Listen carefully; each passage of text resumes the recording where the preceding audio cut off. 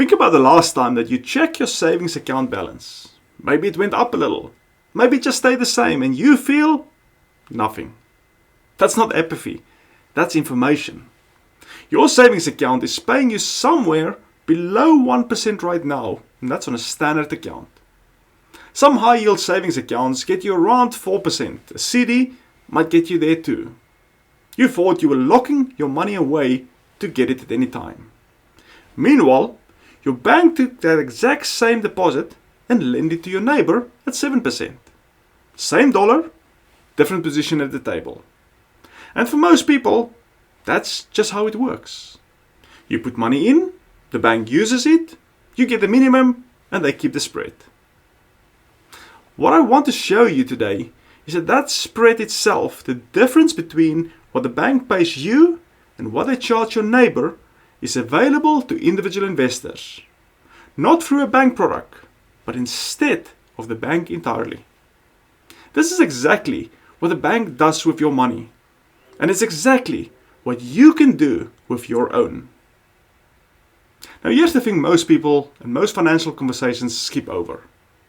When we talk about building income, the conversation almost always default to two different categories. Equities, stock, index funds, REITs, or cash equivalents, savings accounts, CDs, money market funds. You're either taking the market risk for a chance of growth, or you're sitting on cash taking inflation risk for the illusion of safety. And neither of those is wrong, but they're not the complete picture.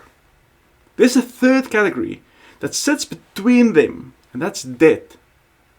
Specifically, mortgage debt on residential real estate. And this category has been held by banks, pension funds, and institutional investors for decades, while most individual investors don't even know it's available to them. Here's how I know that's true. A few months ago, someone posted on Reddit that they inherited a paid-off house. No mortgage, free and clear, with around $180,000. They asked the community what to do with it.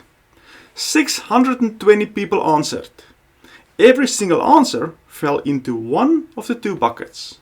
Become a landlord or sell it and put the money in index funds. That was it. 620 people, two doors. But nobody mentioned the third one, and that's the entire reason I'm making this video. Let me show you what the bank actually does. Because once you see it, you just can't unsee it. You deposit $30,000 in a savings account. Your bank now has $30,000 that they can deploy. They lend it through a mortgage to a borrower buying a house. That mortgage carries an interest rate. Let's call it 7%. Over the course of a year, the bank collects roughly $2,100 in interest on that $30,000. They pay you somewhere between $30 and $1,200 depending on your account type. They keep the rest. That difference between what they collect and what they pay out is called the spread. And the entire business model of every retail bank on earth is built on capturing that spread at scale. Now here's where it gets interesting. Banks don't hold every mortgage forever.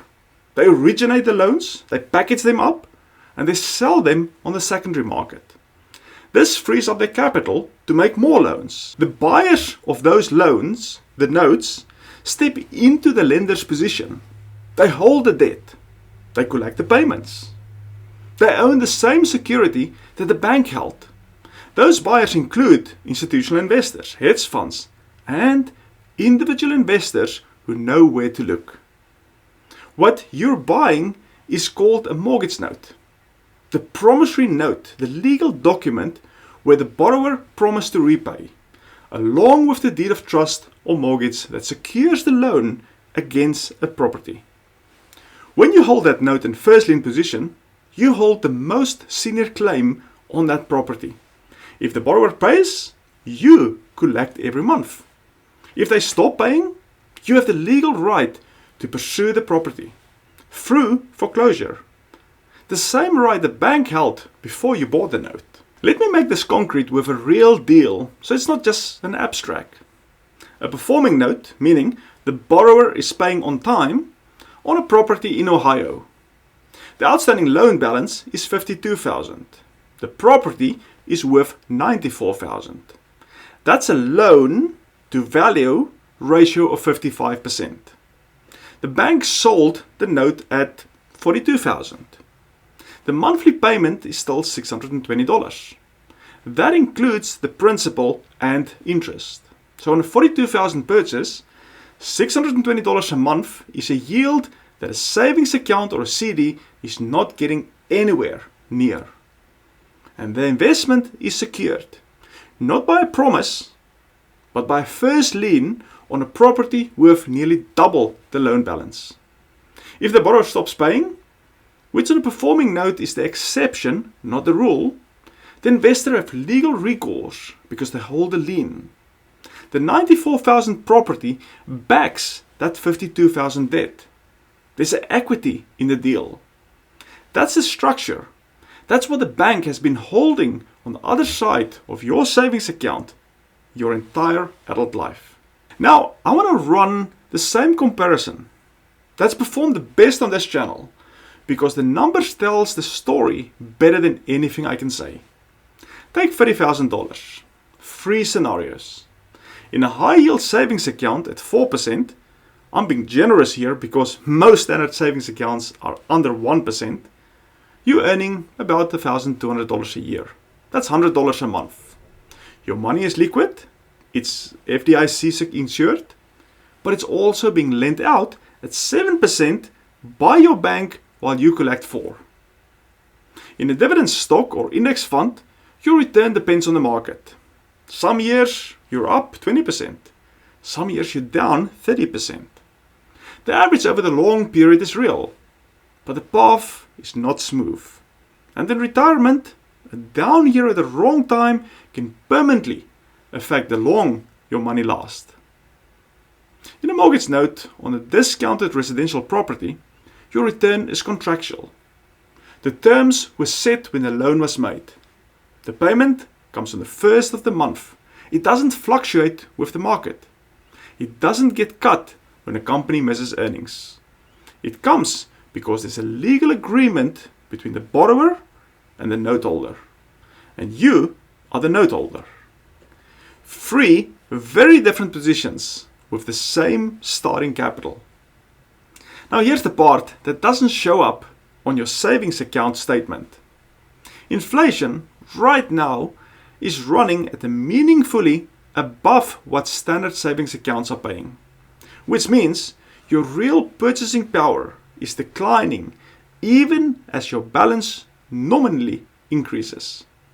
A savings account that pays below 1% in a 3% inflation environment is losing you roughly 2% a year in real terms. That's not a crisis, but it's a cost. And it's a cost most people don't account for because the statement never shows a negative number. Opportunity cost works the same way. The question isn't just what your savings account is earning, it's what you give up by keeping your capital there instead of deploying it into a position that earns the spread that the bank has been capturing for hundreds of years. That's the real conversation. Not savings versus risk, but savings versus being on the other side of the same transaction. Now I want to talk about what getting started actually looks like. Because most people get stuck not because they don't understand the concept, but because they don't know where the first step is. So let me walk you through the 3 ways that people work with us at HYSA Notes.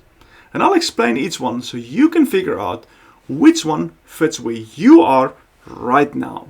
The first is QWIB, which stands for Quiet Wealth Income Builder.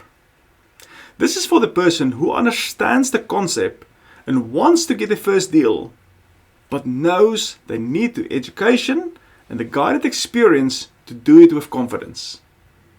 QWIB takes you from understanding what the note is to evaluating your first deal with us alongside you the entire time.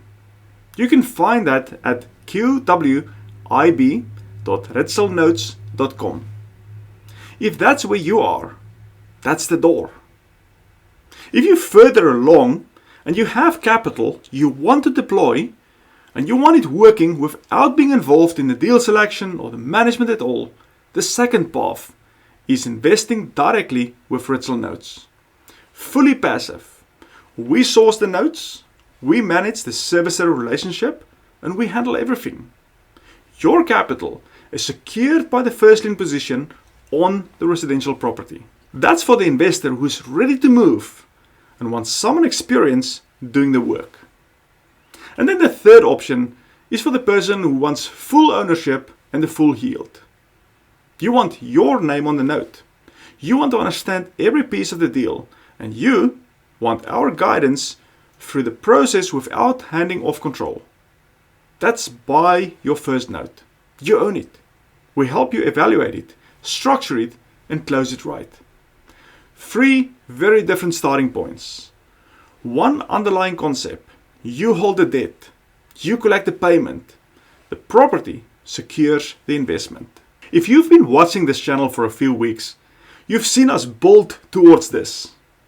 The foreclosure data, the self-directed IRA conversation, the landlord exit strategy, all of it points here to the simple fact that the position the bank has always held is available to individuals like you and me who know where to look. And if you're new here, welcome. The short version is this. Most people are on the depositor side of a mortgage transaction their entire lives.